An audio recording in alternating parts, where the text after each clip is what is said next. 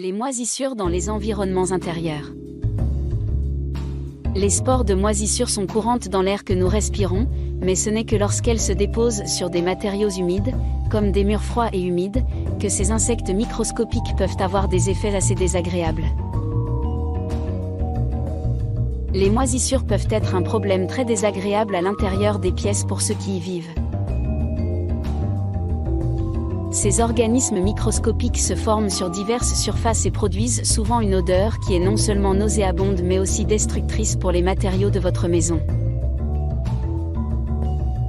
La moisissure est un terme général qui englobe divers champignons microscopiques, zygomycètes, ascomycètes et basidiomycètes, et champignons imparfaits, qui vivent exclusivement dans des environnements humides.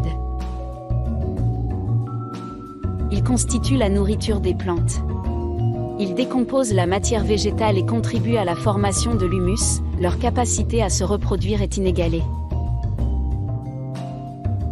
Si vous observez un bac à compost qui a été négligé pendant quelques jours, vous remarquerez immédiatement la formation d'une couche de moisissure lisse, filandreuse ou velue, formée pendant la nuit par des spores de moisissure invisibles, les unités de reproduction, d'un diamètre de 1 à 15 microns, soit 1 à 15 millièmes de millimètre.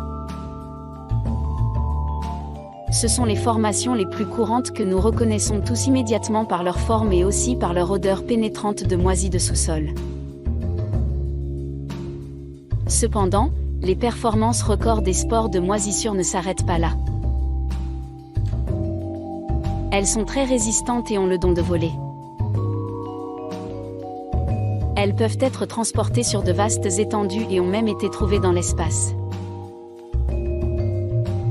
Il ne faut pas s'étonner que ces spores soient partout, dans le sol, dans l'air, à la campagne comme à la ville.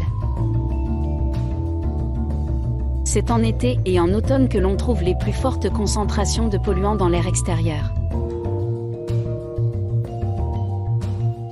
Les moisissures se développent dans un environnement où l'humidité est importante. Les spores de moisissure sont transportés à l'intérieur par l'air extérieur lors de la ventilation d'un espace. Ce n'est pas un problème en soi, mais cela le devient si les spores se retrouvent sur des surfaces humides. Elles y découvrent les conditions naturelles nécessaires et optimales pour leur développement et leur propagation. Pour diverses raisons, il peut y avoir des zones humides dans les maisons. Caves, sous-sol, buanderies, locaux techniques, salles de bain, garages, etc. sont des endroits où l'on trouve souvent des moisissures. Le mauvais état de l'étanchéité, pour les vieux bâtiments, elle n'existe même pas, du mur peut provoquer des dégâts des eaux. L'humidité peut s'infiltrer dans un mur ou sur sa surface par le sol, comme un papier buvard, un phénomène appelé humidité ascensionnelle.